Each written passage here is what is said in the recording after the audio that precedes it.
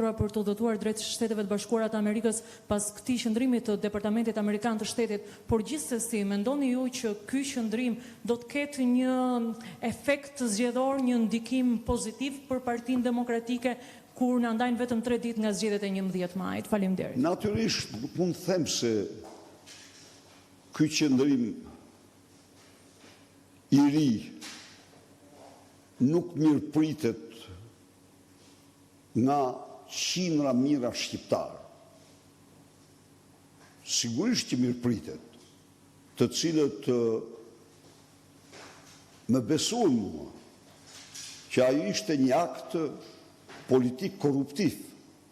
Por tani edhe ata pak që mund të kenë mbetur, ndaj dhe i ftoj ata që të gjithë, të cilët u shmangen për një arsye apo duke besuar, duke patur qoftë dhe një dyshim të vogël se kishte diçka të vërtetë aty.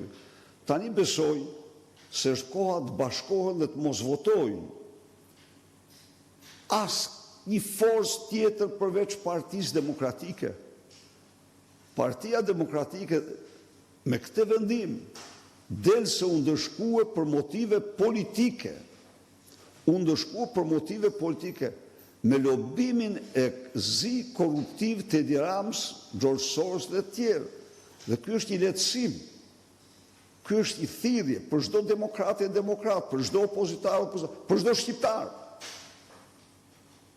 Edhe një pyetje të fundit, zoti Berisha, meqense kryeministri Rama ka shpallur memorandumin e Kuçit dhe thotë se 11 maj do të marrë 78 mandate e pakta dhe 88 në një skenarin më optimist. Po memorandumi i Sali Berishës, sa mandate? Planet e Edi Ramës janë plane krejtësisht qesharake. Edi Rama është në ditë të fundit natë zyrë dhe i them që shqiptarët të kanë pre biletën, të pret me Gonigali, me Zipo të pret, me cilin je i lidhur si siamez në shtyllë vertebrore me te. Miru pafshim.